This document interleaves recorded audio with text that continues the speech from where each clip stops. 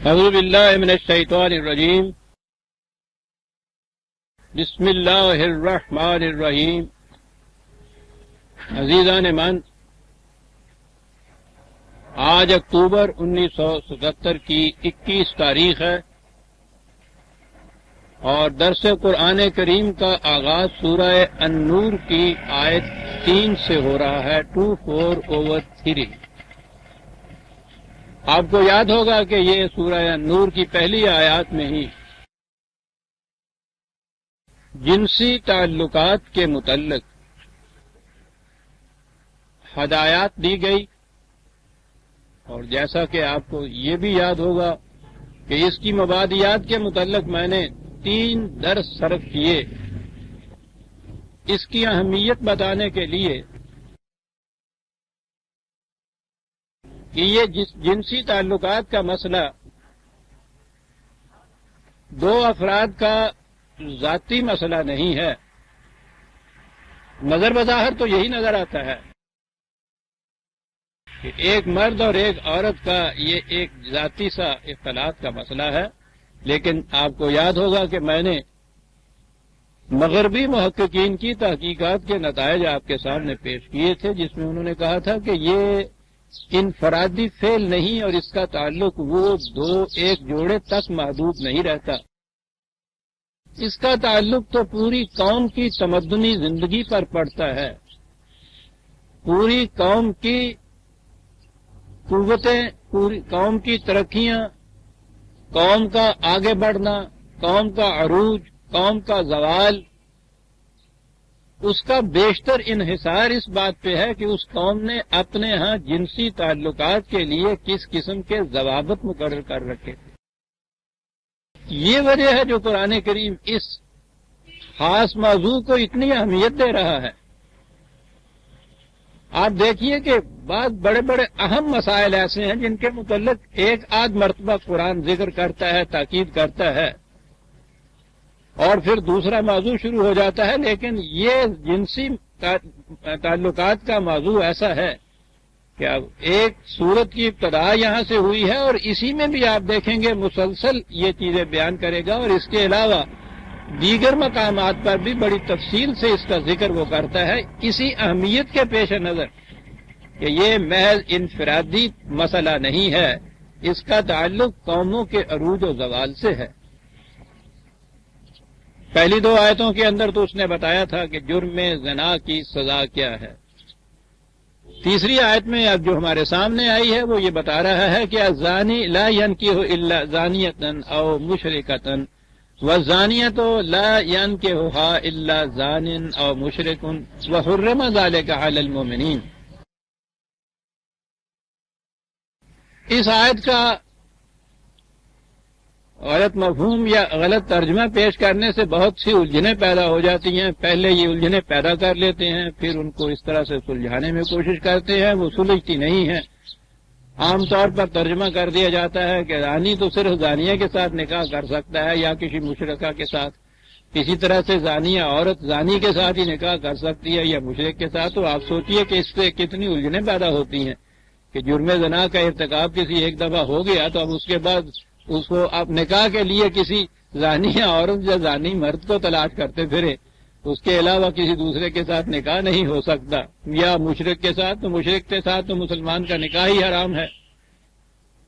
ان آیات میں اس کو زیادہ تفصیل میں میں اس مقام پہ نہیں جانا چاہتا، اس میں کہا یہ گیا ہے کہ یہ سزا جو دونوں کے لیے پہلی آیت میں تجویز کی گئی ہے، زانی مرد اور زانیہ عورت دونوں کے لیے تجویز کی گئی ہے، تو اس کی وجہ یہ ہے کہ زنا بالجبر کو چھوڑ کر کہ اس میں تو جس پہ جبر کیا جائے وہ مجرم ہی نہیں قرار پاتا، تو یہ جو دونوں کو سزا اور یکساں سزا دی گئی ہے تو وہ یہ کہہ رہا ہے کہ یہ اس فعل کا ارتکاب ہو نہیں سکتا اگر دونوں میں سے ایک کی بھی مرضی نہ ہو تو۔ میں نے کہا نا کہ بالجبر کو چھوڑ دیجئے، رضامندی کے ساتھ اسی صورت میں ہو سکتا ہے کہ دونوں اس کے اوپر آمادہ ہوں، اس لیے یہ دونوں برابر کے مجرم تصور کیے جائیں گے، اور وہ اسی صورت میں ہی ہے کہ یا تو غلبہ اتنا ان کے اوپر زیادہ آ جائے اس جنسی جذبے کا کہ عقل ہوش ہی کھو بیٹھے، اور یا وہ خدا کے قوانین کو سرے سے مانتے ہی نہ ہوں. اور یہ دونوں صورتیں ایسی ہیں جس میں یہ کہا حرم ذالک علی المؤمنین، یعنی جن چیزوں کے لیے خاص طور پر جن افعال کے لیے حرام کا لفظ آیا ہے اس میں یہ زنا بھی ہے. دوسری جگہ بھی قرآن نے اس کو حرام کا لفظ اس کے لیے کہا ہے اور کہا مومنین کے لیے تو یہ چیز حرام میں داخل ہے. یہ چیز اب آگے چلیے. اس کی اہمیت کے پیش نظر اگلی آیات میں بھی آپ دیکھیے اسی سلسلے کو جاری رکھا گیا ہے. والذین یرمون المحصنات ثم لم یأتوا بأربعة شہداء فاجلدوہم 80 جلدۃ ولا تقبلوا لهم شہادۃ ابدا واولئک هم الفاسقون.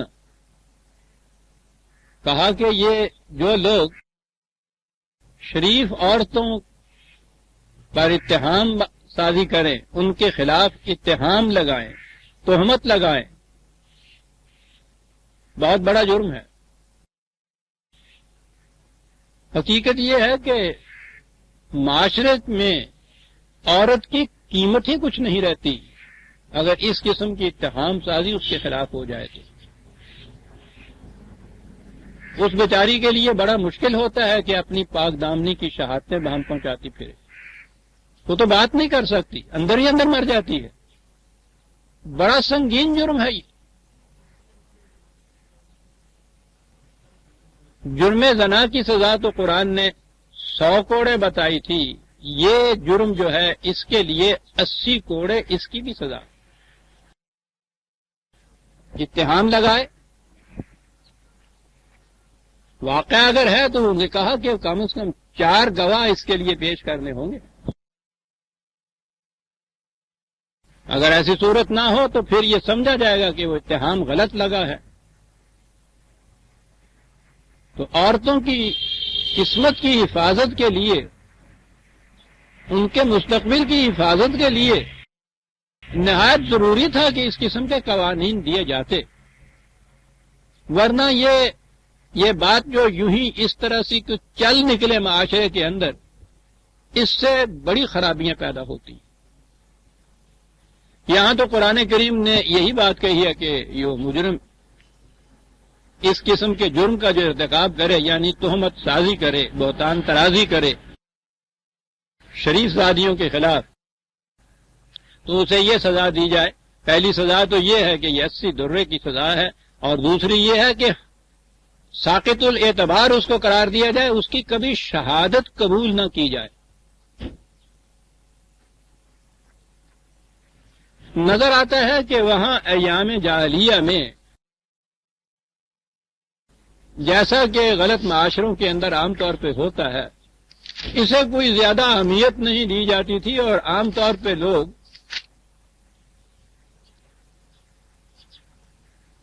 عورتوں کے خلاف تہمت تراشیاں بھی کرتے تھے، اور شریف زادیوں کو، جسے ہم کہتے ہیں نا کہ باہر نکلنے والی شریف زادیوں کو کے ساتھ چھیڑخانی بھی کرتے تھے.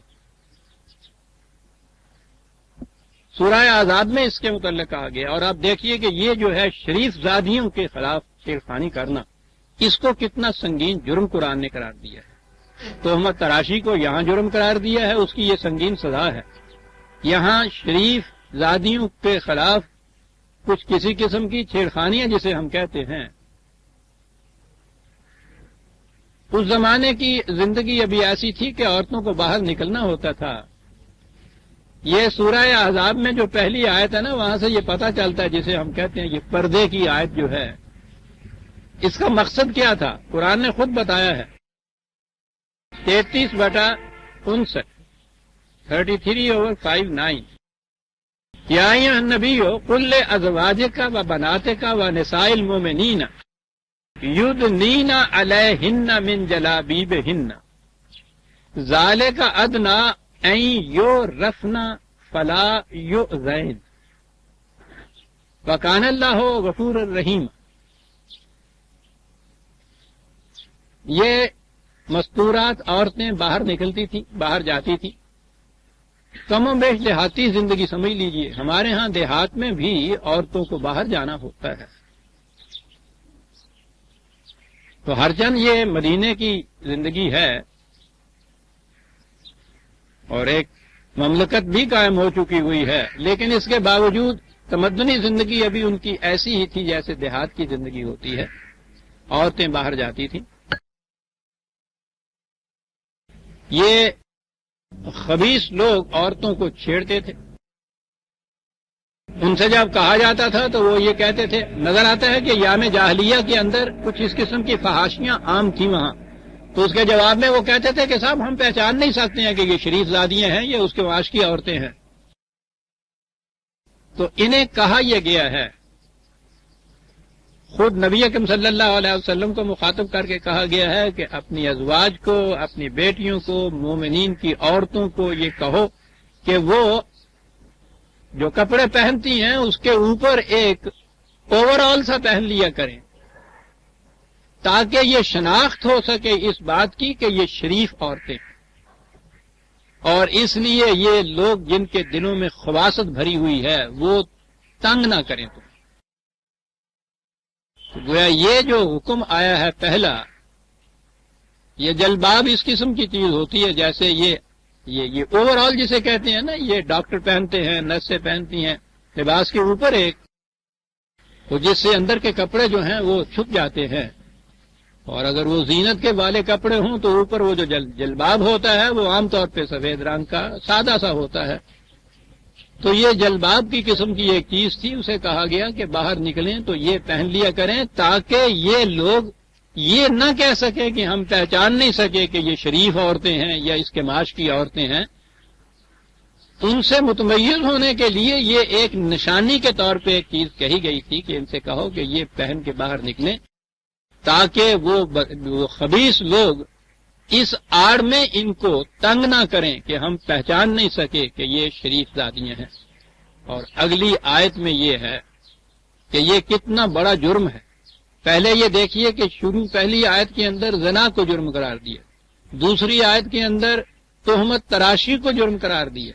یہاں شریف زادیوں کو کے ساتھ چھیڑخانی کرنا، ان کو تنگ کرنا، فکر چست کرنا، یہ اس چیز کے متعلق کہا کہ لَئِن لَّمْ يَنْتَهِ الْمُنَافِقُونَ وَالَّذِينَ فِي قُلُوبِهِم مَّرَضٌ وَالْمُرْجِفُونَ فِي الْمَدِينَةِ، کہ اس قسم کی احتیاطی تدابیر اختیار کرنے کے باوجود اگر یہ منافق، یہ خبیث، یہ بد کردار لوگ کہ جن کے دلوں کے اندر مرض ہے، یہ اس پہ بھی اگر باز نہ آئیں، یعنی اپنی طرف سے تو اتنا ہی کیا جا سکتا تھا کہ وہ جو ان کی ایک سپر تھی، ایک آڑ تھی کہ ہم پہچان نہیں سکتے کہ یہ شریف عورتیں ہیں یا اس کے معاش کی عورتیں ہیں، وہ تدبیر تو اختیار کر لی. کہا کہ اس کے باوجود اگر یہ اس سے باز نہ آئیں تو آپ دیکھیے مملکت کے متعلق کہا گیا لَنُغْرِيَنَّكَ بِهِمْ، تو پھر قانونی چارہ جو ان کے خلاف کی جائے گی، جرم قرار دیا گیا. ثُمَّ لَا يُجَاوِرُونَكَ فِيهَا إِلَّا قَلِيلًا، جرم کی سزا یہ ہے کہ ان کو شہر بدر کر دیا جائے، ان کو نکال باہر کیا جائے تاکہ یہ اس قسم کی مخلوط آبادی رہے ہی نہیں. ملعونین، ہمارے ہاں تو ملعون لعنت کے معنی تو یہ ہوتا ہے نا کہ پھر ملعون ہو جائیں یا لعنت برسائی جائے. قانونی اعتبار سے کہتے ہیں جتنی بھی یہ شہریت کے حقوق ہوتے ہیں ان سے محروم کر دینا، یہ رائٹس آف سٹیزن شپ جسے کہا جاتا ہے، ان سے محروم کرنے کا نام لعنت. ملعون اسے کہتے تھے کہ جس سے جو اس قسم کی مراعات جو ہیں شہریت کی قانوناً ان سے محروم کر دیا جائے، وہ ملعونین ہو گئے. کہا کہ اس کے باوجود یہ باز نہ آئیں تو اینما ثقفوا اخذوا، بلا ضمانت وارنٹ جسے کہتے ہیں، کہ جہاں بھی یہ پائے جائیں ان کو گرفتار کر لیا جائے. اور اگر ان تدابیر کے باوجود، ان تنبیہات کے باوجود یہ اس سے پھر بھی باز نہ آئے، وَقُتِّلُوا تَقْتِيلًا، اس کی جرم کی سزا قتل ہے، موت ہے سزا. تو آپ دیکھتے ہیں کہ معاشرے کو شریفانہ خطوط پر استوار کرنے کے لیے قرآن کریم کس قسم کی ضوابط مہیا کرتا ہے. کتنی اہمیت ہے اس مسئلے کو. اور ہے ہی یہ مسئلہ ایسا اہم. معاشرے میں اگر عورت کا احترام باقی نہیں رہتا، یاد رکھیے وہ معاشرہ کبھی زندہ نہیں رہ سکتا، پائندہ نہیں بن سکتا، عروج پہ نہیں جان سکتا. عورت کا احترام بڑی چیز. اور آپ دیکھیں گے شروع سے آخر تک قرآن کریم اس احترام کو کن کن شکلوں کے اندر برقرار رکھتا اور مستحکم کرتا چلا جاتا ہے. موضوع یہ نہیں ہے اس وقت میرے ہاں کہ عورت کا مقام کیا ہے قرآن کی روح سے، اور اس کے بعد آپ کے ہاں جسے مروجہ شریعت کہتے ہیں اس میں عورت کو کیا بنا کے رکھ دیا گیا ہے. یہ جتنے بھی آپ ڈھونڈتے پھرتے ہیں اسباب زوال امت، ان اسباب میں بنیادی سبب یہ ہے کہ ہمارے ہاں پوری تاریخ کے اندر عورت کو احترام تو ایک طرف رہا، انسانیت کا مقام بھی نہیں دیا گیا. معاف رکھیں میری بہنیں اور بیٹیاں، ان کو ایک کموڈیٹی اور جنس تصور کر لیا گیا ہے، مرد کی خواہشات کی تسکین کا ایک ذریعہ. اور یہ بیشتر تباہیاں جو ان کے اوپر آئی ہیں اس قوم کے اوپر، وہ اس وجہ سے بھی آئی ہیں کہ انہوں نے اس احترام کو چھوڑ دیا. اب یہ دیکھیے کہ قرآن کریم 3 چیزیں تو ابھی تک ہمارے سامنے آ گئی نا. زنا کا جرم ہے، بہتان تراشی کا جرم ہے، شریف زادیوں کے ساتھ چھیڑخانی کرنا اتنا بڑا جرم ہے کہ ان تمام اقدامات کے باوجود آپ دیکھیے کہ یہ جرم جو ہے اس کی سزائیں کتنی قرآن دے رہا ہے. حقوق شہریت سے محرومی، شہر بدر کر دینا، اس پہ بھی باز نہ آئے تو بلا ضمانت وارنٹ ان کے گرفتاری کے ایشو کر دینا. جہاں پائے یہ جو ہے اینما ثقفوا، جہاں کہیں وہ ملے گرفتار کر لیا جائے. اور اگر یہ جرم ثابت ہو جائے اور بتقرار وہ اس کے مجرم رہے تو اس کی سزا موت سزا اس کی تجویز کی گئی. اور قرآن کریم آگے کہتا ہے کہ یہ کوئی نئے احکام نہیں ہیں جو ہم اسی زمانے میں دے رہے ہیں. سنت اللہ فی الذین خلو من قبل، یہ تو خدا کی ایک غیر متبدل روش سنت اللہ ہے جو آج نہیں شروع سے چلی آ رہی ہے. وَلَن تَجِدَ لِسُنَّتِ اللَّهِ تَبْدِيلًا، اور تو سنت اللہ میں کبھی تبدیلی نہیں پائے گا. تو گویا یہ احکام و ضوابط وہ ہیں کہ جو صرف عربی معاشرے میں ظہور قرآن کے بعد ہی نہیں دیے گئے. اتنی اہمیت حاصل ہے دین میں عورت کے مقام اور احترام کو کہ قرآن کہتا ہے، خدا کہتا ہے کہ ہم شروع سے یہ ضوابط دیتے چلے آ رہے ہیں. ہر قوم میں ہم نے یہ ضوابط دیے تھے، اور یہ ان اقدار میں سے ہے کہ جو غیر متبدل ہے. سنت اللہ اقدار خداوندی کو کہا جائے گا. یاد رکھیے کلمت اللہ کے متعلق بھی تو ہے نا، وہ تمت کلمت رب کا صدقا وعدلا لا مبدل لکلمات اللہ. کلمات اللہ کو بھی کہا ہے، سنت اللہ کو بھی کہا ہے. یہ 2 چیزیں ہیں. ضمناً عرض کر دوں، کلمات و قانون ہوتا ہے ان رائٹنگ جب وہ رہتا ہے، لکھا ہوا قانون جو ہے اس کو کلمہ کہا جاتا ہے. جب وہ قانون کا اطلاق ہوتا ہے، اپلائی ہوتا ہے کسی کے اوپر، تو وہ سنت کا لا دیتا ہے. پھر یہ وہ قانون ہے جس کو ہم شروع سے اپلائی کرتے چلے آ رہے ہیں، اور اس میں تو کبھی تبدیلی نہیں پائے گا. آپ غور فرما رہے ہیں کتنی اہمیت حاصل ہے اس مسئلے کو قرآن کی روح سے، جسے ہم نے مذاق بنا رکھا ہے اور اس کی سزا بھی بھگت رہے. یہ سنت اللہ کسی کم قدر کے متعلق نہیں کہا جاتا، کہ خدا کی غیر متبدل سنت ہے یہ، جس میں وہ کبھی تبدیلی نہ پہلے اس نے کی ہے، نہ اب کرتا ہے، نہ اس کے بعد کرے گا.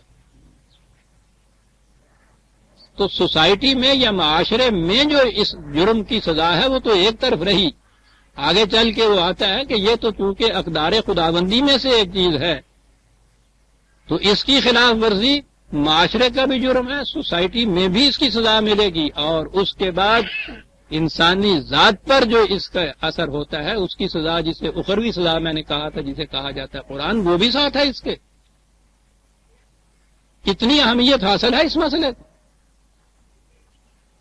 ایک یہ سنت اللہ ہے، اور ایک ہمارے معاشرے کے اندر ہماری ایک سنت آج کل جاری ہے، جسے آپ دیکھ رہے ہیں کہ ہو گیا رہا اور پھر رو رہے ہیں ہم. کبھی ذہن اس طرف جاتا ہی نہیں ہے کہ ہماری تباہیوں، ہلاکتوں، زوال کے اسباب میں سے یہ سب سے بنیادی ایک سبب ہے جسے قرآن نے یہ کہا ہے، اور آج دنیا کے محققین اس نتیجے پہ پہنچ رہے ہیں۔ وہ جیسا میں نے کہا تھا پچھلی دفعہ، وہ عنوان تو زیادہ سے زیادہ 3 نسلوں تک کے لیے وہ کہتا ہے کہ وہ قوم زندہ رہ سکتی ہے۔ 100 سال تک کا عرصہ اس نے گنا ہے اس کے لیے کہ جس قوم کے اندر جنسی روابط کے اوپر اس قسم کے حدود اور قیود نہیں متعین کیے جاتے اور اس کو اس طرح سے کھلا چھوڑ دیا جاتا ہے، کہتا ہے وہ قوم 3 نسل تک تو زندہ رہ سکتی ہے، اس کے بعد ختم ہو جاتی ہے، زوال پذیر ہو جاتی ہے وہ قوم۔ اور ہم تو 1000 برس سے اسی طرح چلے آ رہے ہیں۔ کسی چیز کا نام یہ رکھ لینا کہ صاحب یہ شریعت نے اجازت دی ہے، اس کی حقیقت تو نہیں بدل سکتی نا جی۔ وہ آج کہتے ہیں قانون نے اجازت دی ہے، اپنے ہاں انہوں نے بھی تو قوانین بنا رکھے ہیں نا اس قسم کے۔ انتہائی چیز ہے نا کہ وہاں اب زنا جو ہے وہ جرم ہی نہیں رہا، قانوناً وہ جائز ہو گیا ہوا ہے۔ وہ یہ کہہ رہا ہے کہ کسی چیز کو یہ کہہ دینا قانوناً جائز ہو گئی، وہ تو مضر ہی ہوگی، وہ تو نقصان اس کا جو ہے وہ اس لیے نقصان نہیں چلا، سوسائٹی کی روح سے وہ ٹھیک ہے جرم نہیں رہا، لیکن سنت اللہ کی روح سے تو وہ اسی قسم کا جرم ہے۔ پھر وہ تو اپنے نتائج وہ برآمد کر کے رہے گا۔ لن تجد لسنت اللہ تبدیلا، سینکھیا ہلاکت آفرین ہے، ٹھیک ہے، عادت ڈال لیجئے تھوڑا تھوڑا کھا کے اور کہہ لیجئے کہ نہیں سب کچھ نہیں کہتا۔ پوچھئے اس علم کے جاننے والوں کو، طبیب کو اور ڈاکٹر کو کہ کہتا ہے یا نہیں کہتا۔ یہ اس طرح سے کہتا ہے کہ آگے وہ کہتے ہیں کہ یہ رات اچھا بالا سویا تھا، پتہ نہیں کیا ہوگا، سوتے میں مر گیا۔ تو سنت اللہ تو نہیں بدل جاتی کبھی بھی۔ یہاں بات آ رہی تھی تہمت تراش جو الا الذین تابوا من بعد ذلک واصلحوا فإن اللہ غفور رحیم۔ ہاں اگر کوئی نادم ہو اپنے کیے پر غلطی سے، سہون یہ لغزش ہو جائے، اس کے بعد اس کو ندامت ہو، اس کا احساس ہو کہ غلطی ہو گئی، اور اس کے بعد واصلحوا اگلی زندگی کے اوپر اس کی نگاہ رکھو کہ وہ اپنی اصلاح کرتا ہے، تو پھر اس جرم کی معافی ہو سکتی ہے۔ اگلا ٹکڑا پھر اور آگے بڑھا قرآن۔ یہ تو تھا غیر عورتوں کے خلاف کوئی بہتان تراشی۔ والذین یرمون ازواجہم ولم یکن لہم شہداء الا انفسہم فشہادۃ احدہم 4 شہادات باللہ انہ لمن الصادقین۔ اپنی بیوی کے متعلق تہمت تراشی، اس کے متعلق بھی قرآن کہتا ہے کہ ایسے ہی نہیں کہ جب جی چاہے اٹھے اور کچھ کہہ دیا اس کے متعلق۔ اس کی حرمت کا بھی تقاضا ہے، قرآن اس کو بھی محفوظ رکھتا ہے۔ وہ کہتا ہے اس کے لیے بھی شہادت ہونی چاہیے، اور شہادت اگر نہیں ہے تو پھر کیا کیا جائے؟ کہا ہے کہ وہ ایک تو یہ ہے کہ وہ پھر قسم اٹھائے، 4 گواہوں کی بجائے 4 دفعہ قسم اٹھائے۔ والخامسۃ ان لعنت اللہ علیہ ان کان من الکاذبین۔ 5ویں دفعہ یہ چیز ہے کہ اگر میں جھوٹ بولوں، ثابت ہو جائے کہ میں نے جھوٹ کہا تھا یہ، تو پھر وہی لعنت اللہ جسے میں نے کہا ہے کہ وہ تمام مراعات جو ایک شہریت کی روح سے مملکت کے اندر سے حاصل ہوتی ہیں ان تمام سے محروم کر دیا جائے۔ یہ تو ہوا خاوند کے متعلق۔ لیکن اگر ایک خاوند جو ہے 4 دفعہ قرآن بھی اٹھا لیتا ہے، قسم بھی کھا لیتا ہے، یہ بھی کہہ دیتا ہے کہ ہاں صاحب جھوٹا ثابت ہوں تو یہ بھی میرے ساتھ ہو، تو وہ تو پھر تو بیوی جو ہے وہ تو گئی، ماری گئی۔ وَيَدْرَأُ عَنْهَا الْعَذَابَ أَن تَشْهَدَ 4 شَهَادَاتٍ بِاللَّهِ إِنَّهُ لَمِنَ الْكَاذِبِينَ والخامسۃ ان غضب اللہ علیہا ان کان من الصادقین۔ پھر عورت کو صفائی کا موقع دیا جائے۔ یہ دیکھیے یہ مقدمہ ایسا ہے جس میں گواہی کوئی نہیں ہے، تو اسی طرح سے وہ کہتا ہے کہ عورت بھی اسی طرح سے وہ قسم اٹھائے 4 دفعہ، 5ویں مرتبہ وہ چیز بھی دہرائے وہاں۔ اگر وہ یہ کہے گی تو پھر اس کو مجرم نہیں قرار دیا جائے۔ یہ جرم کی بات ہو رہی ہے۔ ظاہر ہے کہ اس کے بعد میاں بیوی کے تعلقات تو وہ رہ ہی نہیں سکتے، پھر جن کی آپس میں یہ صورت ہو تو وہ الگ چیز ہے کہ ان کی پھر سیپریشن ہو جائے، وہ چاہیں تو جسے کہتے ہیں طلاق ہو گئے، نکاح کا عقد جو ہے وہ فسخ کر دیا جائے۔ وہ آئیں گے جب قوانین تو میں عرض کروں گا کہ یہ طلاق بھی یہ نہیں ہے کہ گھر میں بیٹھے ہوئے وہ نیلام کرنے کی والی کی طرح 1 2 3 کہا 1 2 3 اور وہ گھر میں چلی گئی صاحب طلاق ہو گئی بیوی بچوں کو لے کے، اور میاں صاحب کو غصہ آیا تھا اس نے کہہ دیا، دوسرے دن غصہ ٹھنڈا آیا تو روتے پھرتے ہیں کہ یہ کیا ہوا. وہ اور بات ہے. یہاں میں یہ کہہ رہا تھا کہ یہ جرم نہیں رہا. اس کے بعد یہ نہیں ہے کہ اس کے بعد ان کو مجبور کر دے گی وہ عدالت کہ جائیے اپنے گھر میں بسیے رسیے میاں بیوی کی طرح، جن کے تعلقات کی یہ صورت آپس میں ہو جائے تو یہ جرم والی بات جو ہے یہ نہیں صادر ہوگی ان کے اوپر. گھریلو زندگی کے معاملوں کے متعلق قرآن نے یہ جو آئلی زندگی ہے، گھر کی زندگی جو ہے، قرآن کریم میں اگر احکام کی آیات مثلا 100 ہیں، 75 اس میں سے آیات ایسی ہیں جو گھریلو زندگی کے متعلق ہے. انسان اتنی اہمیت قرآن نے دی ہوئی گھر کی زندگی کو. اور معاشرہ جسے کہتے ہیں جیسے میں نے کہا ہوا ہے، وہ رات کو گھر کے اندر آ جاتے ہیں تو وہ گھریلو زندگی ہوتی ہے، صبح کو یہاں سے نکل جاتے ہیں تو وہ معاشرہ بن جاتا ہے. تو معاشرہ کہیں باہر سے تو نہیں آتا. یہ تو ہوتا ہی نہیں تھی ہم اپنے گھروں میں بیٹھے رہے اور باہر سے لوگ آ کے شہر میں آئیں اور اس کو معاشرہ کہہ دیں. وہ ہم ہی یہاں الگ الگ ہوتے ہیں. معاشرہ تو عشر سے ہے نا، ایک کے ساتھ 0 لگتا ہے تو وہ پھر 10 بن جاتے ہیں. تو اس طرح سے جب باہر نکل کے ایک کے ساتھ دوسرا ملتا ہے تو یہ جو وہاں ملتے ہیں سوشل سوسائٹی کے لفظ جو آئے ہیں یہ یہی ہیں، عربی زبان کے یا قرآن کے لفظ ہیں، اس سے معاشرہ بن جاتا ہے. تو گھر کی زندگی اگر پرسکون ہے، جنت کی زندگی ہے، تو معاشرہ جنتی بن جاتا ہے. گھروں کی زندگی جہنم کی زندگی ہے. جو شخص گھر سے اس طرح سے نکلتا ہے باہر، وہ باہر جا کے کہیں سکون میسر آ سکتا ہے اس کو، بجوز اس کے کہ کہیں وہ سوٹے باز ہوئے تو نشہ کرنا لاتا ہے. لیکن وہ تو اپنے آپ کو دھوکہ دینے والی بات ہے، فریب نفس ہے. سکون اطمینان قلب کا نام ہے، وہ تو نہیں مل سکتا. گھر کی زندگی کو قرآن نے کہا کہ جس طریق سے ہم کہتے ہیں ویسے رہو، خدا تمہیں جنت کی طرف بلاتا ہے. یہ لفظ ہیں گھر کی زندگی کے متعلق قرآن کے. تو اس لیے یہ جو گھر کی زندگی ہے اس کے متعلق قرآن کریم کے بکثرت احکام اسی کے متعلق ہیں کہ وہ زندگی اگر جنت کی زندگی بن جائے تو اس کے بعد تو معاشرہ جنتی خود بن جاتا ہے. وَلَوْلَا فَضْلُ اللَّهِ عَلَيْكُمْ وَرَحْمَتُهُ وَأَنَّ اللَّهَ تَوَّابٌ حَكِيمٌ.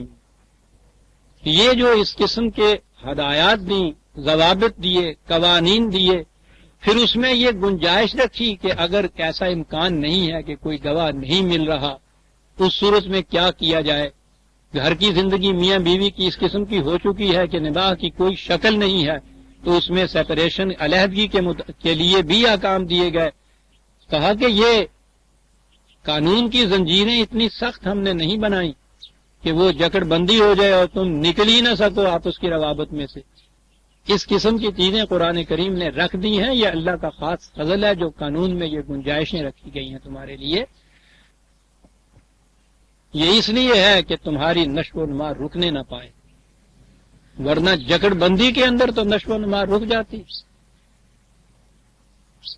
کسی قسم کی بھی یہ ایسی پابندیاں عائد کر دی جائیں کہ جن میں انسان کی جائز آزادیاں جو ہیں سلب ہو جائیں، اس کی ذات کی نشو و نما، اس کی فکر کی نشو و نما، اس کی انسانی صلاحیتوں کی نشو و نما رک جاتی ہے. تو قرآن کریم نے قوانین کے ساتھ جو گنجائشیں رکھی ہیں اس قسم کی کہ اگر احساس ہو گیا ہے اپنے جرم کا، ندامت ہے اس کے اوپر، اس کے بعد اصلاح کے لیے اس کا عزم ہے، تو اسے کہا گیا ہے کہ دیکھ لیجئے، اس کو گنجائش کا موقع دے کے دیکھ لیجئے کہ واقعی اپنی اصلاح کرتا ہے کہ ہمارا مقصد تو اصلاح ہے نہ کہ انتقام لینا. قرآن کہتا ہے دوسری جگہ.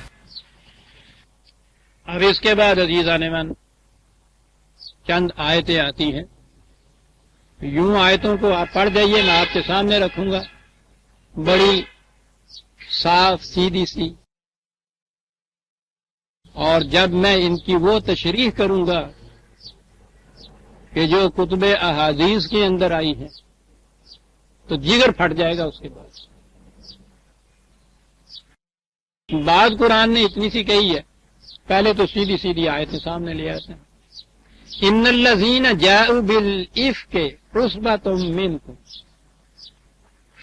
سلسلہ تو یہی چلا آ رہا ہے نا، شریف زادیوں کے خلاف تہمت تراشی جرم ہے۔ ایک واقعہ ہوا ہے وہاں کہ کچھ لوگوں نے عفق کے معنی ہی ہیں تہمت تراشی، افطرا، کذب، جھوٹ، جھوٹی تہمت تراشی، اور وہ کہا یہی ہے کہ وہ تم میں سے ہی کچھ لوگ تھے جنہوں نے کسی عورت کے خلاف تہمت کرا۔ اسی ضمن میں چلا آ رہا ہے یہ قصہ۔ پہلے تہمت تراشیوں کے متعلق جرم بتایا نا، واقعہ ایک ہوا ہے، کیوں قرآن نے اس کا ذکر کیا ہے ابھی سامنے بات آتی ہے۔ اس میں بھی بڑی اہم چیزیں ہیں اور بڑی اصولی ہدایات ہیں جو قرآن ایسے ہی ہوئی واقعات بیان نہیں کرتا، نہ ہی وہ اقوام سابقہ کی داستانیں یوں ہی داستانوں کی غرض سے بیان کرتا ہے۔ وہ واقعات بیان کرے یا اقوام کی سرگزشتیں بیان کرے، اس میں ایک بنیادی اصول ہوتا ہے، ہدایت ہوتی ہے، جس کے لیے وہ داستان یا واقعہ بیان کیا جاتا ہے۔ یہ ایک واقعہ ہے، اب اس کے اندر نہ تو اس عورت کا نام ہے جس کے خلاف وہ تہمت تراشی گئی، نہ ان مردوں کا نام ہے جنہوں نے تہمت تراشی، قرآن کو اس سے ذکر ہی نہیں تھا، واسطہ ہی نہیں تھا۔ اس نے تو ایک واقعہ جو وہاں ہوا ہے اس کو بیان کیا ہے، اس میں جو اصولی ہدایت ہے اس کی غرض سے یہ واقعہ بیان کیا گیا ہے۔ اس کی اہمیت اتنی ہے، یہ وجہ ہے کہ اس میں نام کوئی نہیں۔ ایک واقعہ ہوا تھا تم میں، اور تم نے دیکھا کس طرح سے کچھ لوگوں نے ایک غلط تہمت تراشی اور لے اڑے۔ لا تحسبوه شرا لکم بل هو خیر لکم، ٹھیک ہے، واقعہ ہوا، اس میں بہت شر کے پہلو تھے، لیکن ہم نے جو ہدایات تمہیں دی ہیں ان میں تم دیکھو گے کہ اس میں بھی ایک خیر کا پہلو نکل آیا کہ ہم نے ایک واقعہ کے سامنے رکھ کر ہدایات آپ کو کچھ دے دی جس میں معاشرے کی اصلاح کا پہلو نکل آیا۔ لِكُلِّ امْرِئٍ مِّنْهُمْ مَا اكْتَسَبَ مِنَ الْإِثْمِ، جہاں تک اس جرم کا تعلق ہے، اس کی سزا کا تعلق ہے، وہ تو ان میں سے ہر ایک کے لیے ہم نے پہلے ہی بتا دی۔ وَالَّذِي تَوَلَّى كِبْرَهُ مِنْهُمْ لَهُ عَذَابٌ عَظِيمٌ، اور جو اس میں سے مجرم ثابت ہوئے اس کے لیے بڑی سزا ہوگی۔ یہ تو پہلے قانون دے دیا ہے نا، تہمت تراشی اگر غلط ہو، افق ہو، افطرا ہو، کذب ہو، جھوٹ ہو، تو اس کے لیے قرآن نے سزا تجویز کر دی ہے۔ اب دیکھیے وہ بات جس کے لیے یہ دہرایا گیا ہے، اور بڑی اہم چیز ہے عزیزان ایمان، اور خاص طور پہ آج کل تو اس کی اہمیت اور زیادہ بڑھ گئی ہے۔ ہمارے ہاں معاشرے میں ہو کیا رہا ہے بھائی صاحب؟ وہ سنا تم نے کچھ؟ وہ ہمیں کوئی واسطہ تو ہے نہیں، بات ہوئی، لیکن بہرحال ایک بات تھی تو میں نے کہا یہ کہ وہ سنا نا فلاں کے متعلق وہ کیا کہہ رہے ہیں، کیا جو رہا ہے، تو ٹھیک ہے دفعہ کرو، سانو کی دنیا نے معاملے چ کانو دخل دئیے، پر تو سنیا نا بھی کی کوئی گلاں ہون ڈیاں ہوئیاں گیا، دیکھو جی کنی شریف زادی نظر آندی سے پئی تے وچوں آ دیکھو آ کوئی نکل ڈیا ہے گل سی جڑی میں سنی تے میں اگے دسا تسی کس نال گل نہ کرنی اگے۔ یہ روز ہوتا ہے نا ہمارے، جس نے سنا 10 اس نے سنی 20 بنا کے دوسرے سے، کوئی سنا ہے تم نے؟ پوچھو ہی نہیں، حد ہو گئی بھائی، کمال ہو گئی بھائی، سمجھے نا؟ کتنے باغ باز نظر آتے تھے صاحب، شکلیں دیکھیے ان کی صاحب، اور کرتوتیں دیکھیے ان کی، کچھ کوئی نہیں کہ کسی نے کوئی تحقیق کی ہو، معلوم کیا ہو، تیش کی ہو، کچھ نہیں، بات سنی لیوڑ، اور صبح سے جو ایک نے یہ بات نکالی 4 لفظوں کی، شام کو آپ دیکھیے معاشرے میں گلی گلی کوچے کوچے کس طرح پھیلی ہوئی ہوتی۔ آگے بڑھیے، عدالتوں کے قصے میں پہلے جو شخص بھی کسی گرفت میں آتا ہے، کسی کے خلاف مقدمہ ہوتا ہے، وہ ملزم ہوتا ہے، اسے کہتے ہی ایکیوزڈ ہیں، الزام ہوتا ہے اس کے تحت، جرم نہیں ثابت ہوتا، الزام ہوتا ہے۔ پھر عدالت تحقیق کرتی ہے، وہ طریقہ ہے پورا اس کا، گواہ آتے ہیں، شہادتیں آتی ہیں، صفائی کا موقع ملتا ہے، اس سب کے بعد ہو سکتا ہے کہ وہ پھر مجرم ثابت ہو جائے، 90% تو وہ ملزم بالکل بری ہو جاتی ہیں، وہ ان کے خلاف جرم ثابت ہی نہیں ہوتا. کتنے ان میں سے صرف ہوتے ہیں جن کے خلاف جرم ثابت ہوتا ہے، وہ مجرم ہوتا ہے، اس کے متعلق کہا جا سکتا ہے کہ اس نے فلاں جرم کیا. لیکن آپ دیکھتے ہیں ہمارے ہاں کیا، یہ جو ملزم ہے وہاں ابھی پہلی پیشی بھی نہیں ہوتی اور یہاں گھر گھر اس کو مجرم تصور کر لیا جاتا ہے. تو دیکھا صاحب کس طرح ہو گاشے مارے ہوئے جناب، لٹ پا دیتی جناب، بہت کچھ کر دیتا، پوچھو نا صاحب کی وہ ایسی ساری پہلے ہی جان دے گا جو کچھ ہوں گے. یعنی سارے معاشرے میں شام تک اس کو اس قدر اس کی ایک بلیک گھناؤنی پکچر پیش کر دی جاتی ہے، ہر شخص اس کو مجرم سمجھنے لگ جاتا ہے. یعنی الزام اور جرم میں ہمارے ہاں کوئی فرق نہیں کیا جاتا، ملزم اور مجرم میں کوئی فرق نہیں کیا جاتا، ایکیوز میں اور گلٹی میں کوئی فرق نہیں ہوتا. وہ جب تک وہاں آخر تک عدالت پہنچتی ہے اور وہ کہتی ہے کہ کوئی الزام ثابت نہیں ہوا اس کے خلاف تو نہ ہو، لیکن سارے معاشرے کے اندر اس کا منہ کالا ہو چکا ہوتا ہے. عام روش ہمارے ہاں یہ ہو چکی. قرآن کریم کہتا ہے یہ ہے وہ اہمیت جس کے لیے اس واقعہ کو بیان کیا ہے قرآن نے. کہا لولا اس سمعتموہ ظن المؤمنون والمؤمنات بانفسہم خیر. کہا پہلی بات تو یہ ہے کہ آپس میں تمہارا ظن فرسٹ ریئیکشن تمہارا جو ہے دوسرے کے متعلق نیک ہونا چاہیے. بڑی چیز کہہ گیا ہے. بات سنی تو کہا کہ نہیں میاں تحقیق تو ہونے دیجیے، تو ہو سکتا ہے کہ یہ غلطی ہو، اور نظر بظاہر تو وہ ایسا نظر نہیں آتے، ہمیں تو شریف آدمی نظر آتے ہیں، تو یہ ذرا پتہ تو چلے، تحقیق تو ہو جائے. یعنی پہلا اصول قرآن نے یہ دیا ہے کہ کسی کے متعلق کسی کے خلاف کوئی بات تمہارے کان میں پڑے تو فرسٹ ریئیکشن تمہارا جو یہ ہے ظن المؤمنین خیر، نیک ہونا چاہیے. اسی وقت اس کو مجرم نہ تم تصور کرو، 10 اپنی طرف سے نہ لگا کے آگے پیش کرو، نہیں، نیک ہونا چاہیے. وَقَالُوا هَذَا إِفْكٌ مُبِينٌ. تمہیں کہنا یہ چاہیے تھا کہ یہ بات تو بڑی جھوٹی سی نظر آتی ہے، بنائی ہوئی نظر آتی ہے، افتراء نظر آتا ہے. سوچیے اگر اتنی سی چیز ہو جائے معاشرے کے اندر ہم میں سے تو کس قدر تباہیوں سے بچ جائے معاشرہ.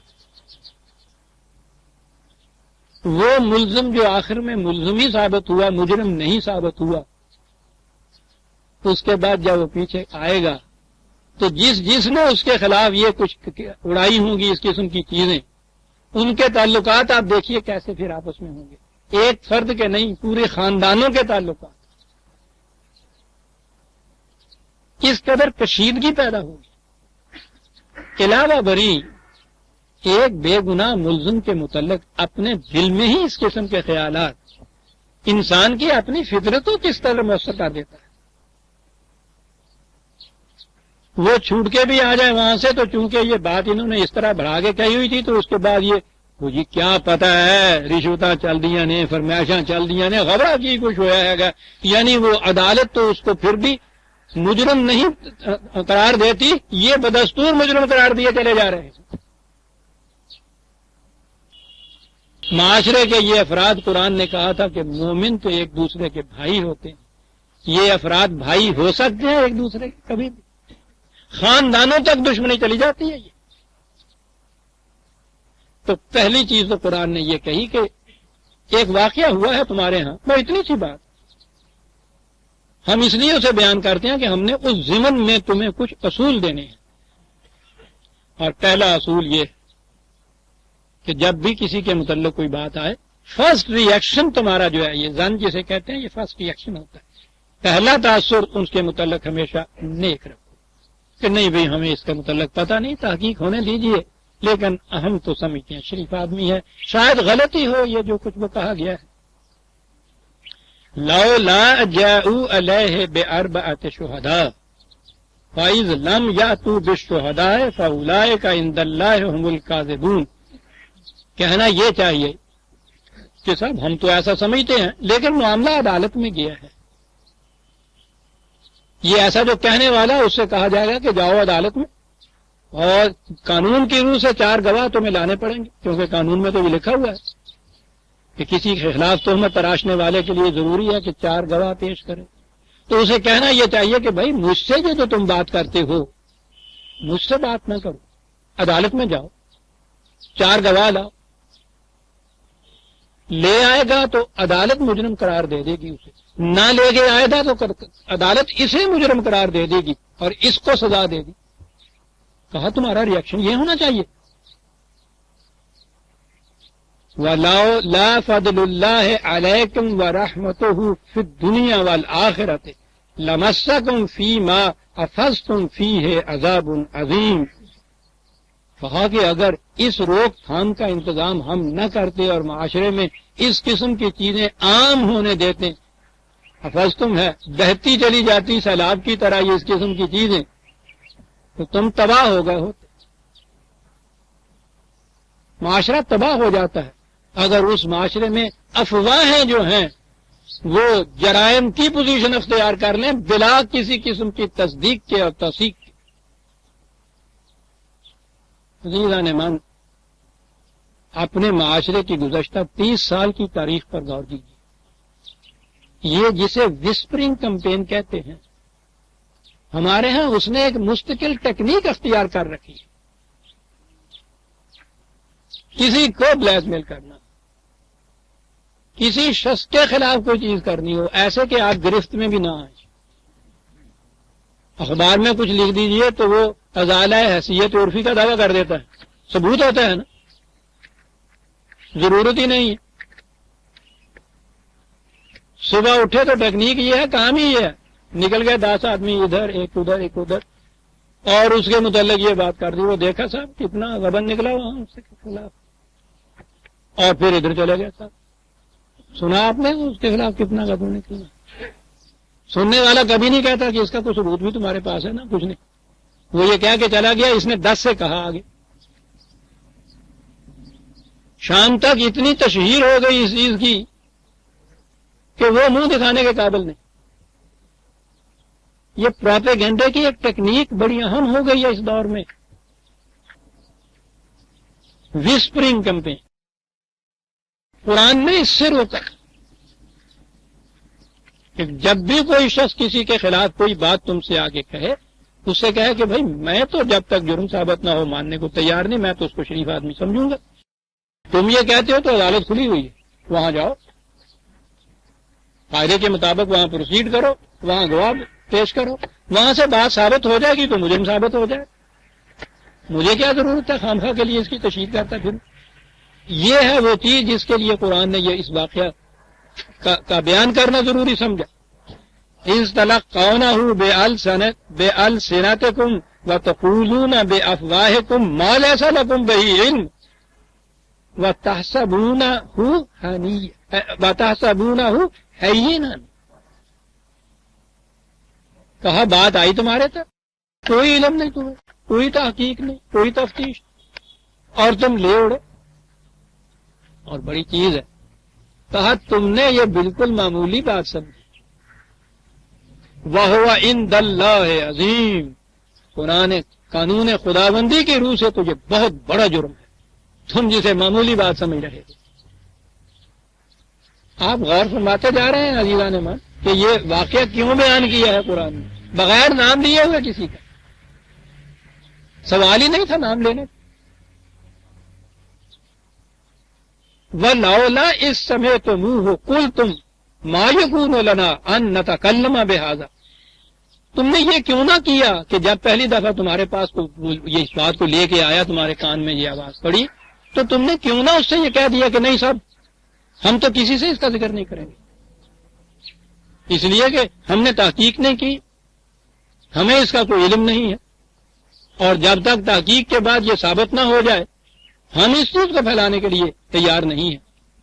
تم نے کیوں نہ اس سے کہہ دیا کہ نہ تم اس قسم کی بات کرو، تم جاؤ عدالت میں، اور ہم تو اس بات کو آگے نہیں چلائیں گے. مجھ سے تم نے کہہ دیا، کسی اور سے نہ.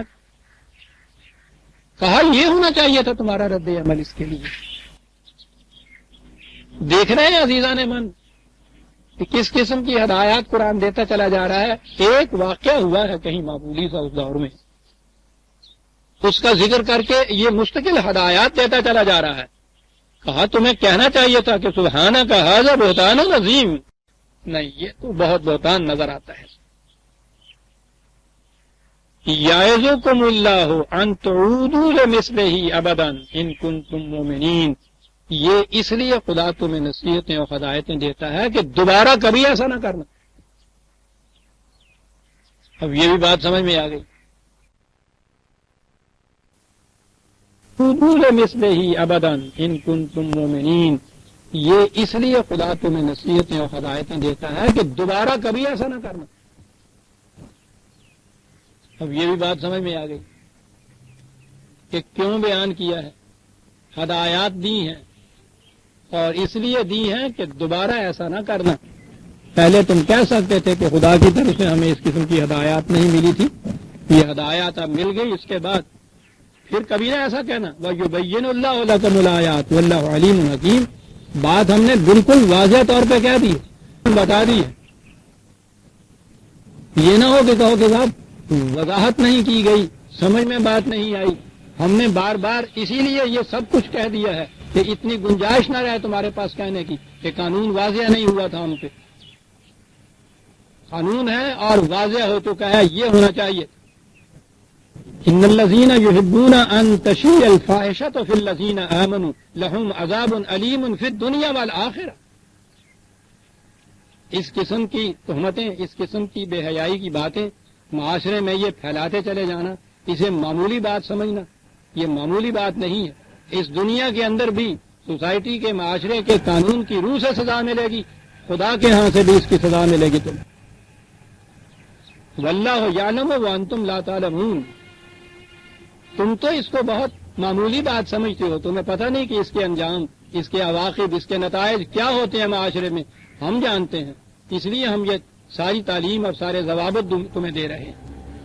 ولولا فضل اللہ علیکم ورحمتہ وان اللہ رؤوف الرحیم. یہ ان ہدایات کی وجہ سے ان چیزوں کو روک دیا گیا ہے، اگر نہ ہوتا تو تباہ ہو گئے ہوتے تم. 20ویں آیت تک عزیزان من ہم آیات آپ کے سامنے ہیں. جس مقصد کے لیے واقعہ بیان کیا گیا وہ آپ کے سامنے ہے. واقعہ میں نہ تو اس خاتون کا ذکر ہے، عورت کا ذکر ہے، نام لیا گیا ہے جس کے خلاف یہ کوئی تہمت لگائی، نہ ان لوگوں کا نام لیا گیا ہے جنہوں نے یہ کچھ کیا. اس لیے کہ قرآن کا مقصد یہ وقایع نگاری نہیں، اس کا مقصد تو ایک واقعہ ہوا ہے جس میں اس قسم کا ریئیکشن معاشرے کی طرف سے ہوا جو غلط تھا، اس کی قرآن نے تردید کی، اس کی اصلاح کے لیے قوانین دیے، ضوابط دیے، ہدایات دی، اور کہا یہ کہ یہ اس لیے ہم نے کیا ہے کہ آئندہ کبھی اس قسم کی بات نہ کرنا. ہدایات واضح ہمارے سامنے آ گئی. اب آئیے وہ بات جو میں نے کہا تھا کہ جب انہی آیات کو ہم عام تاریخ کی کتابوں میں نہیں، جنہیں کتب احادیث کہا جاتا ہے، ان میں بھی بخاری اور مسلم جیسی صحائح ستہ جو 6 صحیح ترین کتابیں حدیث کی گنی جاتی ہیں، ان میں یہ سب سے اونچی فہرست کے اوپر ہے. سر فہرست یہ دونوں صحیحین ان کو کہتے ہیں. ان میں بھی اور کتابوں میں بھی سب سے بڑی تفصیل خود بخاری کے اندر. پتہ ہے یہ کیا تفصیل اور کیا کہا گیا؟ کہا گیا ہے یہ حضرت عائشہ رضی اللہ تعالی عنہ کے متعلق. یہ افق عائشہ کے لفظ شاید آپ نے سنے ہو کبھی.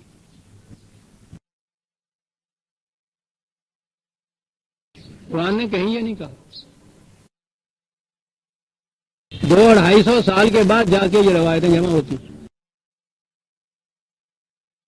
چلیے اتنا ہی اگر ہوتا کہ صاحب ان کے متعلق ہے اور وہ بات ہو گئی کہ اس وقت تھا، غلط بات کسی نے کہہ دی، نہیں. کتنے صفوں میں یہ داستان بیان ہوئی. اور ان میں خود حضرت عائشہ رضی اللہ تعالی عنہا کی زبانی بیان ہوئی، یہ بتانے کے لیے کہ یہ کس قدر موثق ہے، قابل اعتماد ہے یہ سٹوری، یہ داستان، یہ افسانہ، کہ حضرت عائشہ رضی اللہ تعالی عنہا کی زبان سے بیان کیا گیا۔ جی تو نہیں چاہتا میرا کہ میں ان چیزوں کو، اس تفصیل کو بھی بیان کروں، ضرورت اس امر کا تقاضا کر رہی ہے کہ یہ میں آپ کے پیش کروں کہ یہ جو کہا جاتا ہے نا ہم لوگوں کے متعلق کہ یہ منکر حدیث ہیں، میں کم از کم اتنا تو بتا دوں کہ وہ کس قسم کی حدیثیں ہیں جن کے صحیح ہونے کا ہم انکار کرتے ہیں، یا کم از کم یہی آپ کو معلوم ہو جائے کہ یہ جو ہمارے ہاں کی کتابیں جن کو ہم سینے سے لگائے پھر رہے ہیں 1000 برس سے، ان میں لکھا ہوا کیا ہے؟ بخاری اور مسلم کی تفسیر، اور اس کے بعد تفسیر کی کتابوں کے اندر وہ ساری کی ساری لکھی، انہی کتابوں میں وہ نہیں رہی، تفسیر کی کتابوں کے اندر وہ ساری نقل ہوئی ہے، حضرت عائشہ صدیقہ کی زبان سے وہ سارے واقعات بیان کیے جاتے ہیں، واقعہ وہ بیان کرتی ہیں جیسا کہ ان میں لکھا ہوا۔ میں نے عرض کیا کہ میں تو واقعہ کہوں گا، کہا جاتا ہے خالص افسانہ ہے کہ کسی جنگ میں نبی اکرم صلی اللہ علیہ وسلم تشریف لے گئے ہوئے تھے، ساتھ تھے، ساتھ حضرت عائشہ بھی تھی رضی اللہ تعالیٰ عنہ، تو بیان کرتی ہیں کہ رات کے وقت کسی جگہ پڑاؤ تھا، قافلہ وہاں رکا، جنگ سے واپسی پر مدینے کی طرف آتے ہوئے پڑاؤ تھا، وہاں رکا، اور میں قضائے حاجت کے لیے ذرا دور نکل گئی، وہاں سے میں واپس آ رہی تھی تو میرا ہار تھا ایک موتیوں کا، وہ کہیں ٹوٹ کے گر گیا، تو میں اس کو تلاش کرنے لگ گئی، تو اس طرح سے دیر ہو گئی مجھے واپسی میں۔ اس دوران میں قافلے کے کوچ کا وقت آ گیا، تو وہ میرے اونٹ کا جو ساربان تھا اس نے یہ سمجھ گیا کہ میں ہودج کے اندر بیٹھی ہوئی ہوں، اس نے اونٹ کو اٹھایا اور قافلے کے ساتھ وہ چل۔ اب جب میں واپس آئی تو آگے دیکھا کہ وہاں قافلہ نہیں تھا، رات کا وقت، بیابان جنگل، وہاں کوئی بھی نہیں ہے، اب میں کروں کیا؟ لامحالہ ایک طرف ہو کے بیٹھ گئی۔ وہ کہتی ہے کہ اتنے میں مجھے نیند بھی آ گئی، ہو سکتا ہے۔ قافلوں میں یہ انداز ہوتا تھا کہ ایک شخص پیچھے رہ جاتا تھا کہ قافلہ چلا جائے تو گری پڑی چیزیں ادھر ادھر دیکھ کے، سنبھال کے، اٹھا کے، تو وہ بعد میں پھر جایا کرتا تھا، اور ہوتا ہے عام طور پہ یہ۔ تو اس زمانے میں یہ عام روش تھی قافلے کی۔ انہوں نے کہا کہ اس کے بعد وہ شخص جو اس طرح سے بعد میں جانے والا ہوتا ہے، وہ ادھر ادھر سے ڈھونڈتا ہوا چیزوں کو نکلتا ہوا ادھر جو آیا، تو اس نے دور اندھیرے میں یہ مجھے دیکھا کہ میں بیٹھی تھی، آواز دی، میں نے پہچان لیا کہ یہ وہی ہے۔ تو اسی طرح سے چھپے چھپائے ہوئے میں نے کہا کہ وہ قافلہ چلا گیا، تو اس نے کہا کوئی بات نہیں ہے، تو اس نے مجھے اپنے اونٹ پہ سوار کرا لیا اور لے کے چلا آیا، اور اس کے بعد وہ ذرا تیزی سے چلا، تو اتنے میں فاصلہ کون سا اتنا زیادہ تھا، وہ دن ہو گیا تھا اس وقت، قافلے کے ساتھ آ کے مل گیا، اور وہاں آ کے انہوں نے رسول اللہ سے بتا دیا کہ ایسے ہوا تھا، تو حضرت عائشہ یوں آ گئی۔ یہاں تک تو واقعہ میں کوئی چیز قابل اعتراض نظر نہیں آتی، اس میں مدینے میں آ گئی واپس، اور مدینے میں اس بات نے شہرت پکڑ لی، عائشہ کے خلاف تہمت لگی اس مرد کے متعلق، سارے مدینے میں شور مچ گیا، لگی میں اتفاق سے بیمار ہو گئی تھی، بخار آ رہا تھا، مجھے زیادہ علم نہیں ہوا کہ باہر کیا ہو رہا ہے، باہر یہ باتیں عام ہو رہی، وہ کہہ رہی ہیں کہ اور تو مجھے کچھ علم نہ ہوا، میں نے دیکھا کہ رسول اللہ کے برتاؤ میں بڑا فرق آ گیا. اب دیکھیے کہ اس کے بین و سطور میں کیا کیا چیزیں چھپی ہوئی. کوئی خاوند اپنی بیوی کے متعلق باہر شور سنتا ہے اور بیوی کے ساتھ جو اس کا پہلا برتاؤ ہے تعلق اس میں کمی آ جاتی ہے تو پہلا نشتر تو اس افسانہ نویس نے اس کے اندر چھپا کے رکھ دیا. کمی آ گئی. کہنے لگی کہ نہ انہوں نے مجھ سے پوچھا، بات کی، دریافت کیا، باہر سنتے رہے، مجھ سے آگے پوچھا تک نہیں. نہ ہی تحقیق کی بات. یہ مملکت قائم ہو چکی ہوئی ہے مدینے میں. یہ 5 ہجری کا واقعہ کہا جاتا ہے. یہ سربراہ مملکت ہے نبی اکرم صلی اللہ علیہ وسلم. عدالتیں بھی قائم ہیں، ضوابط بھی یہ موجود ہیں تہمت دراشیوں کے متعلق. ان کی اپنی بیوی کے متعلق یہ باتیں باہر عام ہو رہی ہیں. یہ اس کی تحقیق کے لیے کوئی ایکشن نہیں لیتے، حتیٰ کہ بیوی سے بھی آگے نہیں پوچھتے کہ باہر یہ باتیں ہو رہی ہیں تم کیا کہتی ہو. کشیدگی بڑھتی چلی جاتی ہے. خاموشی سے گھر میں آتے ہیں تو چپکے سے ایک طرف ہو کے بیٹھ جاتے. مجھے بڑا صدمہ ہوتا تھا. بات مجھے پتا نہیں کہ ہوا کیا ہے، بتاتے ہیں نہیں، پوچھتی ہوں تو کہتے ہیں نہیں کچھ نہیں. نبی کا کردار عزیزان من کتنا ہی عرصہ وقت اس میں گزر گیا. بخار سے مجھے آرام ہوا تو میں باہر گئی رات کو اور عورتوں کے ساتھ. وہاں جا کے مجھے انہوں نے بتایا کہ ارے بھوری گڑیا تمہیں پتا بھی ہے، تمہارے متعلق تو سارے کوہرام مچا ہوا ہے مدینے کے اندر، تمہیں کچھ علم کہنے لگی، مجھے تو کچھ علم نہیں. انہوں نے یہ سارا واقعہ سنایا. زندگی میری تو کیفیت یہ کہ غش آ گیا. گھر آئی، رسول اللہ کو اسی موڈ میں نے پایا. اب درمیان میں واقعہ والا گیپ دے کے کہتا ہے حضرت عائشہ نے ان سے کہا کہ پھر یہ تو بہتر یہ ہے کہ میں اپنے پیکے چلی جاؤں، ماں باپ کے گھر چلی جاؤں. یعنی اگر صورت یہی ہے کہ باہر یہ کچھ ہے اور آپ کی کیفیت یہ ہے کہ نہ تحقیق کرتے ہیں، نہ تفتیش کرتے ہیں، نہ مجھ سے پوچھتے ہیں، اور اس طرح سے کھچاؤ اتنا بڑھتا چلا جا رہا ہے، تو پھر تو ٹھیک ہے، یہاں رہنے کی بجائے میں اپنے ماں باپ کے گھر چلی جاؤں. آپ نے کہا کہ ٹھیک ہے چلی جاؤ. لے کے بھیج دی. محسوس کرتے جائیے عزیزان من کیا ہو رہا ہے. ماں باپ کے گھر آئی تو اس قدر بخار آیا مجھے اور اس قدر حالت خراب. ادھر ماں نے سنا، باپ نے سنا، ان کی حالت بڑی غیر ہوئی. اس پہ غور کرتے چلے جائیے کہ نہ ادھر انہوں نے، شوہر نے اس کی ضرورت سمجھی.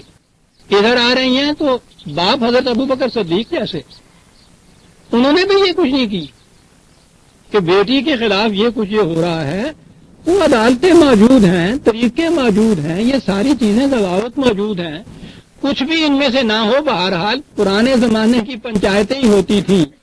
اس قسم کے واقعہ کے متعلق تو کامن سینس یہ کہتی ہے کہ تحقیق تو کرا لی جائے، کچھ شہادت وہاں پہنچائی جائے، کچھ تو بات آگے چلے. نہ وہاں ہوتی ہے، نہ یہاں ادھر ہوتی ہے. سر ایک ٹکڑا یہاں پھر وہ رکھ گیا افسانے والا کہ رسول اللہ صلی اللہ علیہ وسلم نے باہر تو تحقیق نہ کوئی کرائی لمبی چوڑی، گھر میں پوچھا.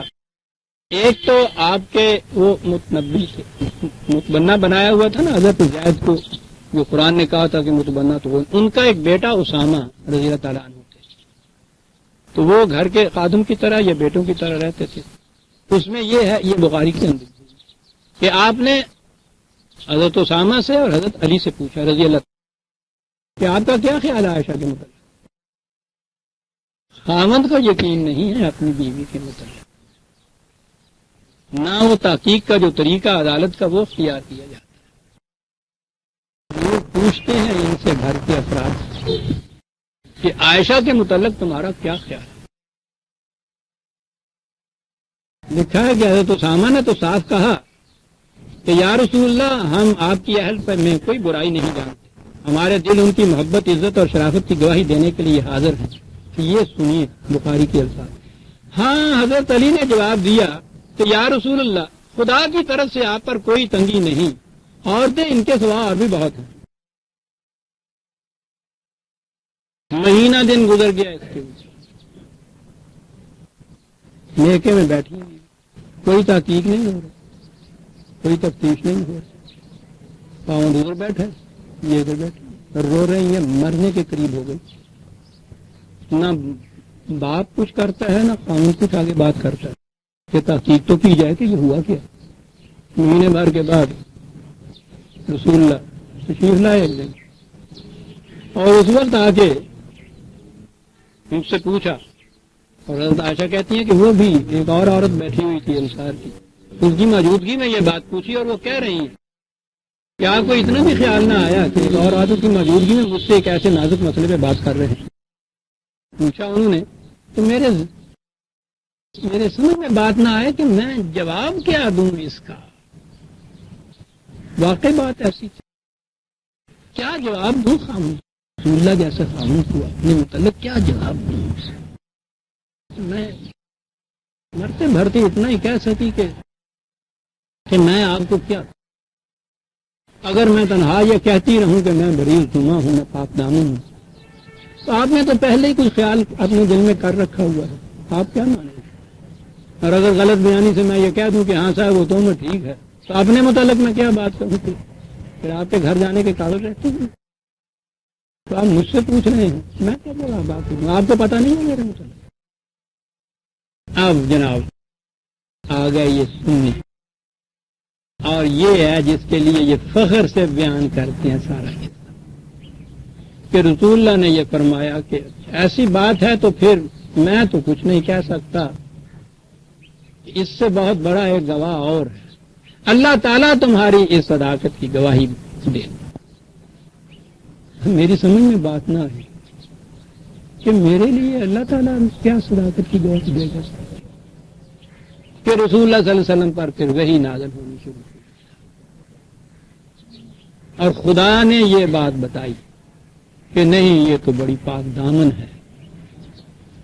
آپ کو معلوم ہے حضرت عائشہ کے ساتھ صدیقہ کا لفظ ضرور بولا جاتا ہے، عائشہ تو صدیقہ، وہ اس لیے ہے کہ ان کی صداقت کی گواہی خود خدا نے دی، وہی آئی تو حضور نے کہا کہ عائشہ مبارک ہو، خدا نے تمہاری پاک دامنی کی شہادت دے دی۔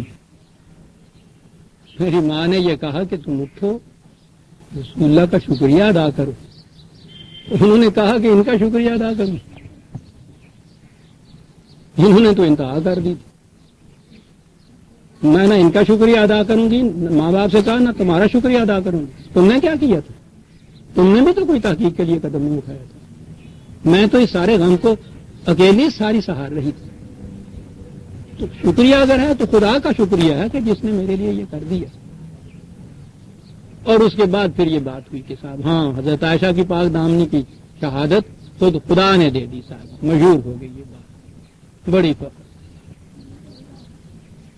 یہ میں نے مختصراً یہ بات بڑی لمبی چوڑی تفصیل کے ساتھ یہ سارا قصہ جو ہے آپ کے ہاں کی حدیثوں کی معتبر ترین کتابوں میں جن میں بخاری سر فہرست ہے، یہ سارا قصہ اس کے اندر لکھا۔ ہمارے لیے خود خدا نے کہا ہے کہ تمہارے لیے رسول اللہ کی زندگی بہترین نمونہ ہے، اسوہ ہے حضور کی زندگی۔ اس کے معنی یہ ہوئے کہ اگر خدا نہ کردہ ہمارے متعلق ساتھ یہاں واقعہ گزرے، ہم میں سے کسی کی بیوی کے متعلق اس قسم کی شہرت بات ہو، تو اب اسوہ یہ ہو گیا کہ اس کے لیے کوئی تحقیق نہ کی جائے، اس کو گھر میں مرنے کے لیے پڑی رہنا دیا جائے، کشیدگی اختیار کر لیجیے، روٹھے ہوئے رہیے، برتاؤ میں کمی کرتے چلے جائیے، دل کے اندر یہ بات رکھیے، اس سے بھی نہ پوچھیے۔ اسوہ ہے نا رسول اللہ کی زندگی، یہ اسوہ بتایا گیا ہے نا اس کے اندر، یہ کیجیے۔ وہ کہے میں میکے چلی جاؤں، کہا کہ جاؤ، پھر اسے میکے بھیج دیجیے اس بیوی، مہینہ دن تک اس کی خبر بھی نہ لو، وہاں جاؤ تو اس سے جا کے اس موڈ میں تم ہو، اس میں جا کے تم پوچھو کہ کیا کہتی ہو تم اپنے متعلق، اور پھر اس کے بعد خود کوئی تحقیق نہ کراؤ. وہ قرآن کریم اتنی ہدایات اتنے قوانین دیتا ہے کہ تہمت اگر کسی کے خلاف لکھے تو یہ کرو یہ کرو یہ کرو، گواہ بلاؤ اس کے لیے، الزام عائد کرو، نہ ہو تو جرم عائد کرو غلط بیانی کرنے والے کے خلاف، یوں اس کے متعلق اس کو سزا دو. یہ ساری چیزیں قرآن میں موجود ہیں. سربراہ مملکت ہے. نبی اکرم صلی اللہ علیہ وسلم کی اپنی پوزیشن بھی یہ ہے وہ جو اس واقعہ کے اندر ہمارے سامنے رسول اللہ کا طرز عمل سامنے آتا ہے. یہ اسوہ بنتا ہے میرے آپ کے لیے کہ یہ کچھ کرو. اور آخر میں پھر کہ صاحب رسول اللہ صلی اللہ علیہ وسلم کی بیوی کی صداقت کی شہادت تو خدا نے دے دی، ہماری آپ کی بیوی کی شہادت کہاں اللہ نے دی؟ تو کیا بنے پھر آخر میں جا کے؟ عزیزان من سوچیے یہ کہ یہ ہیں ہمارے ہاں کی یہ احادیث.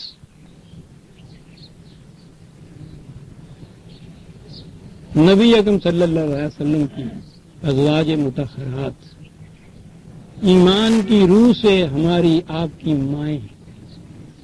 قرآن کریم نے ان ازواج کے متعلق کتنے عمدہ باتیں کہی کہ تمہیں پاکیزہ کر دیا خدا نے.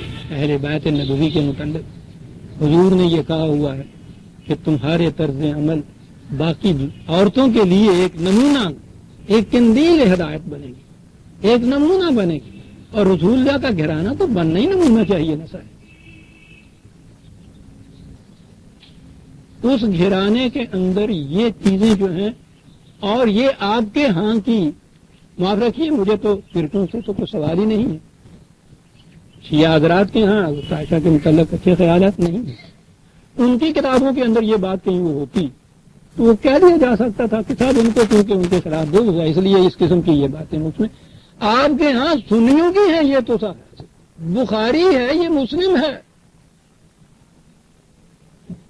اگر وہ پھر ان کی بنا پر وہ اگر ان کے خلاف کوئی چیز کہہ دیں اس پہ تو آپ چھرا مار دیتے، اور انہیں کو نہیں. آپ سوچئے کہ یہ غیر مسلم جتنے مصنفین ہیں وہ اس قسم کے واقعات کو لکھ کے پھر کیا نتائج نکالیں گے اس میں سے. وہ اگر یہ چیز کہیں تو ان کتابوں کو بین کر دو سر، انہیں تو بین کر دو اور ان کے ختم کیا کرو ان کتابوں. بخاری کے متعلق اہل حدیث حضرات کا یہ عقیدہ ہے کہ بخاری اور مسلم کی کسی ایک حدیث کا انکار انسان کو اسلام کے دائرے سے نکال دیتا ہے، مسلمان نہیں رہتا. بخاری کی کسی ایک حدیث کا انکار. یہ ایک حدیث تو میں نے آپ کے سامنے پیش کر دی. کہیے کہ غلط ہے، دائرہ اسلام سے خارج. مانیے کہ صحیح ہے تو دائرہ انسانیت سے خارج. غرض دوگنا عذاب بس جانے مجنون. عزیزان من اتنی زندگی گزر گئی ہے، یہ تمام پتھر سہارتا ہوں اس سر کے اوپر، ہر کسی کے مشکل کو برداشت کر رہا، لیکن میں ناموس رسالت صلی اللہ علیہ وسلم کے خلاف یہ بات برداشت نہیں کر سکتا. قائد مکرم مولانا اسلم جہراج پوری کے سامنے ان قسم کی حدیثوں کے متعلق وہ آئے، وہ پہلے خود بھی اہل حدیث ہوتے تھے، تو انہوں نے کہا کہ مولانا آپ دیکھیے نا کہ اس حدیث کے راویوں میں کتنے بڑے معتبر ہیں. بات ناموس رسالت ہی کی ہو رہی تھی. آپ نے ان سے کہا کہ آپ تو ان انسان راویوں کا کہتے ہیں، اس قسم کی حدیث کے راوی میں اگر آپ جبریل کو بھی پیش کر دیں گے تو میں نہیں سے ہی مانوں گا کہ میرے رسول پہ حق پارا.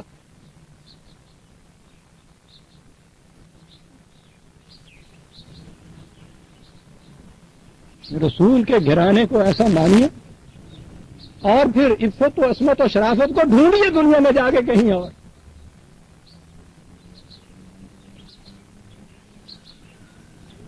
اور پھر یہ جو نشتر اس نے افسانہ نویس نے اس کے اندر رکھ دیا، حضرت علی کرم اللہ وجہ رضی اللہ تعالیٰ عنہ سے نصیب ان کا احترام اتنا احترام ہے ہمارے نزدیک جتنا ابو بکر عمر کا ہے، واجب الاحترام ہے، وہ خلافت راشدہ میں سے ہے۔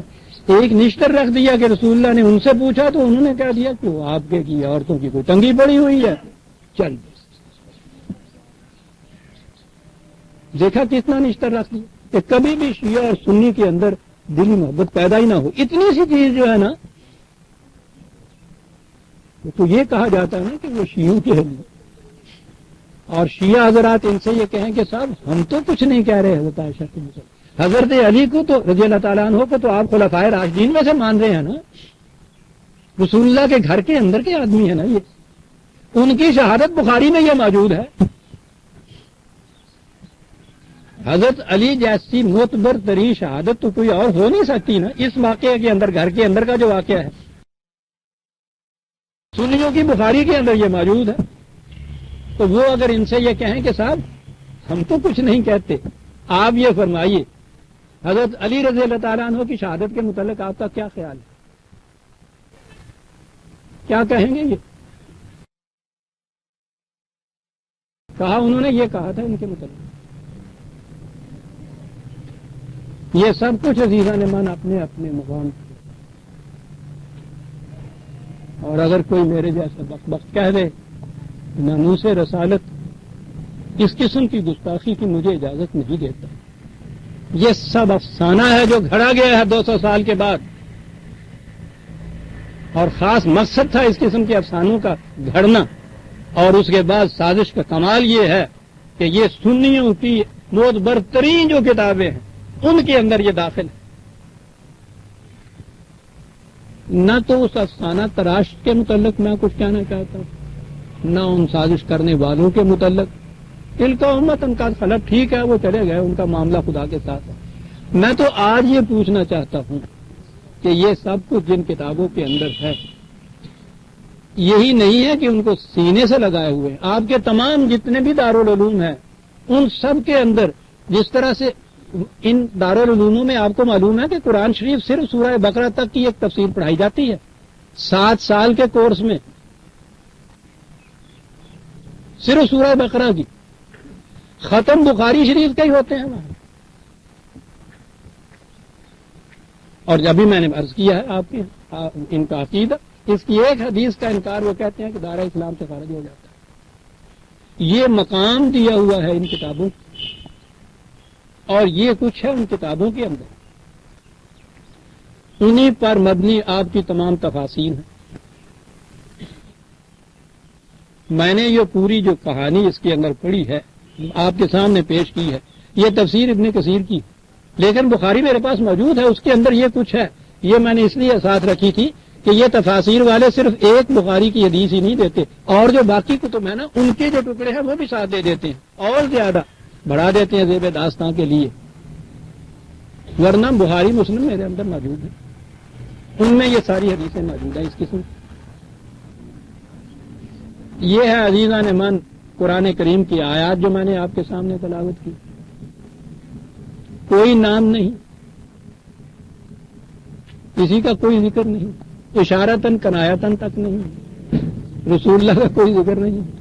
ایک واقعہ ہوا ہے، اور اس زمانے میں اس قسم کے واقعات ہوئے تو دور ابھی ایسا تھا، منافقین قرآن نے کہا ہے کہ مدینے میں بیٹھے ہوئے تھے، ان کو وہ شریف زادیوں کی چھیڑخانیاں کیا کرتے تھے ان کے ساتھ، یہ سب کچھ اس مدینے کا ذکر ہے۔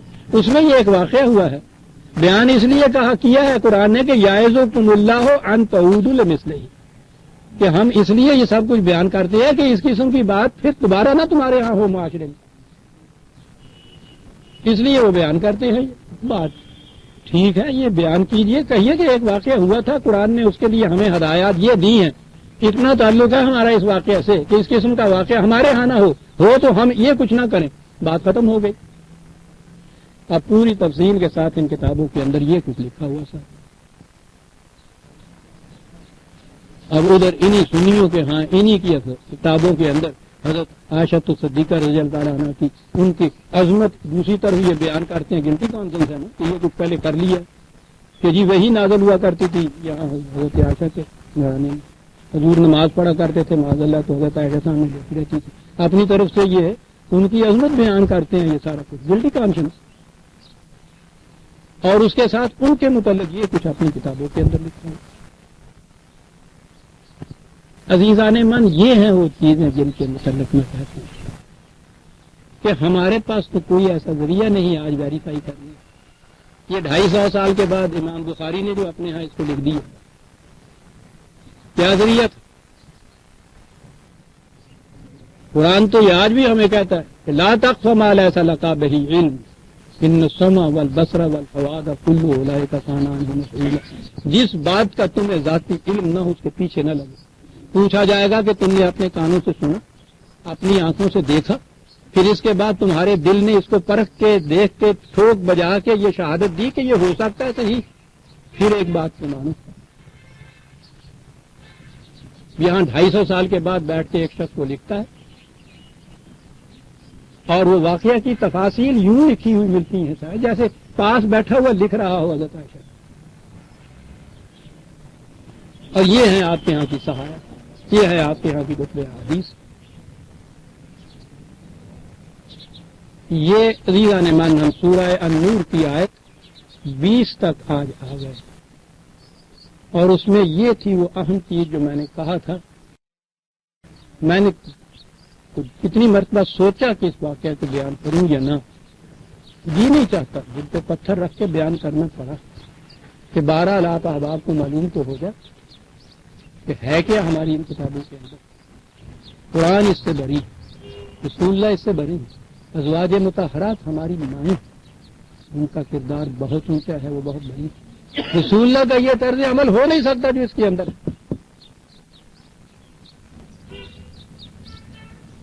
سورہ النور کی آیت 20 تک ہم آ گئے۔ ربنا تقبل منا انک انت السمیع العلیم، 21ویں آیت سے ہم اگلے درس میں دیں گے۔